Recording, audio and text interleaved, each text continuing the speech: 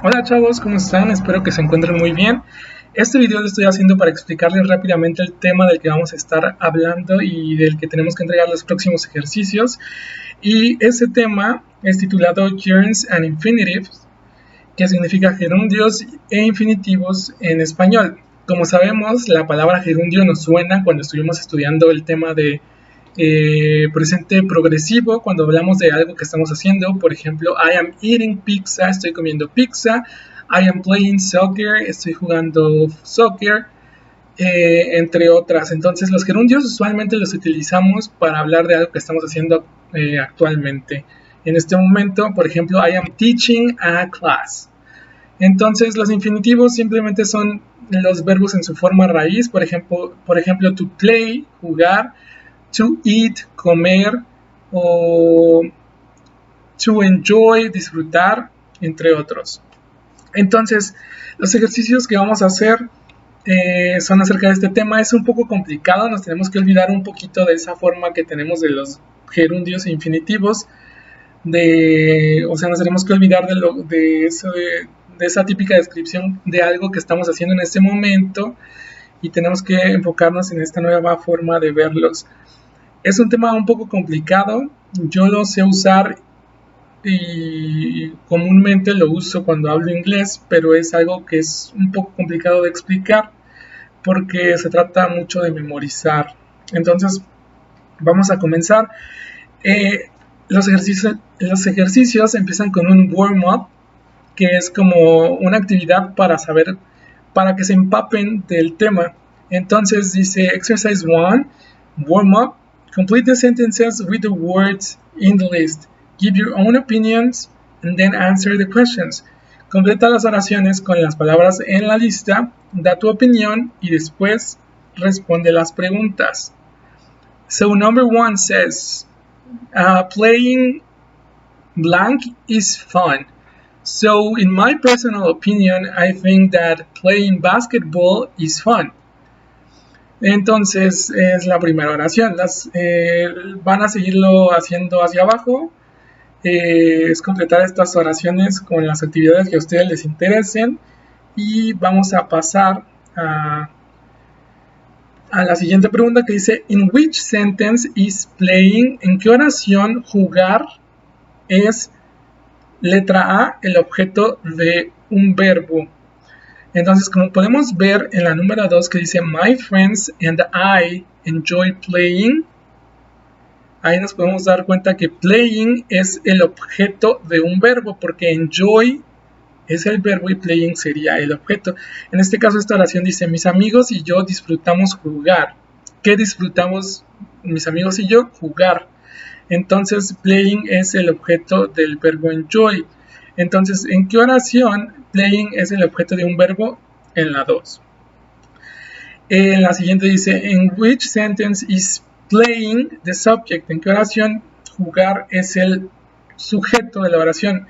Como podemos ver, es en la 1 porque dice: jugar básquetbol es divertido.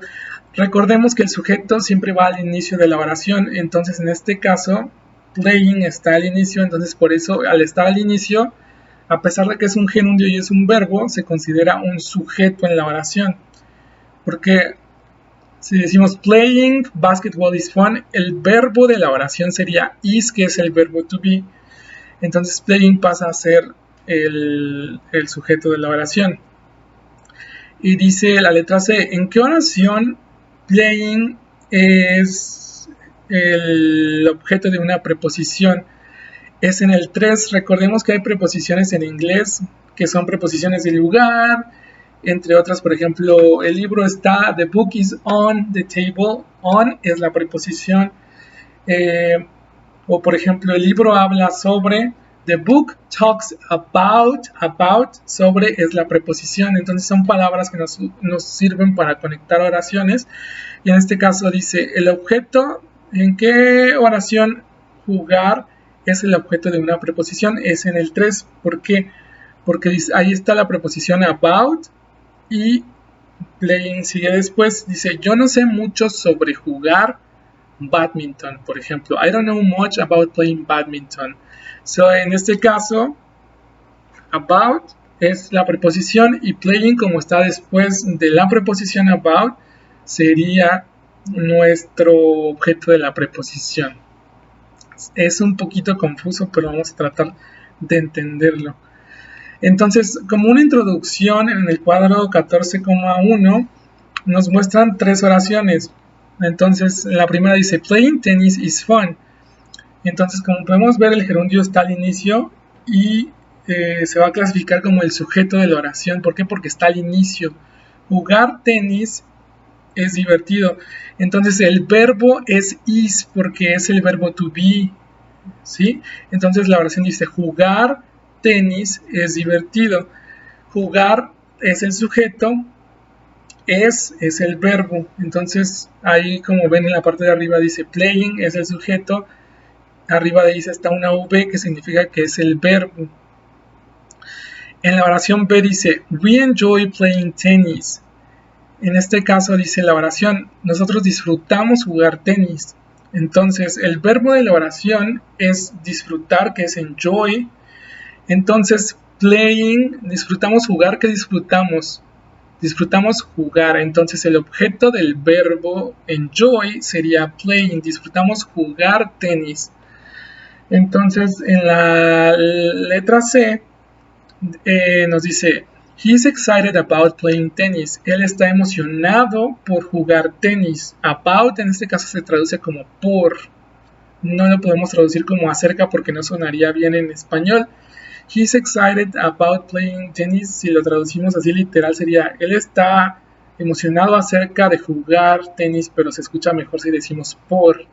Entonces, he's excited about playing tennis. Él está emocionado por jugar tenis. Entonces, como podemos ver en esa oración, tenemos una preposición que es about y el siguiente verbo sería el objeto de la preposición que es playing.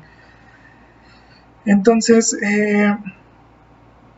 vamos a ir a la siguiente parte y dice ejercicio 2, warm up. En cada frase en azul contiene una preposición. ¿De qué te das cuenta? De la forma del verbo que sigue cada preposición. Entonces dice, Sonia is excited about moving to a new city. Sonia está emocionada por mudarse a una nueva ciudad. En este caso la preposición es about, que es por o sobre. ¿Y qué sigue después de esta preposición? Sigue un gerundio, sigue la palabra moving. Entonces Sonia está emocionada por mudarse a una nueva ciudad.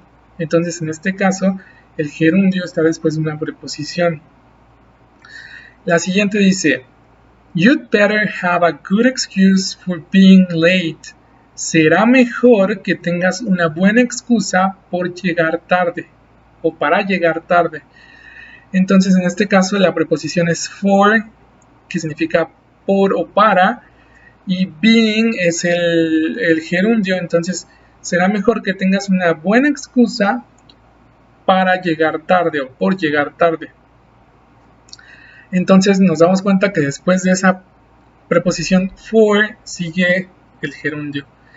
Y la número 3, I'm looking forward to going on vacation soon. Esto básicamente, look forward to en inglés significa tengo ganas de. Entonces la oración dice, tengo ganas de ir de vacaciones pronto. Entonces en esta es una expresión, o sea, si lo traducimos literal, pues si lo traducimos literal diría, yo miro derecho a ir de vacaciones, pero en inglés to look forward to significa tener ganas de hacer algo. I'm looking forward to meeting you tonight. Tengo ganas de verlos esta noche. Entonces es una expresión que nos tenemos que aprender, y como vemos en la oración número 3, después de to, que es la preposición, sigue un gerundio. Entonces este primer ejercicio, ¿qué nos dice? Simplemente nos dice que después de preposiciones siempre va a ir un gerundio. En la parte de abajo vamos a ver las preposiciones que hay, pero siempre después de una preposición va a ir un gerundio.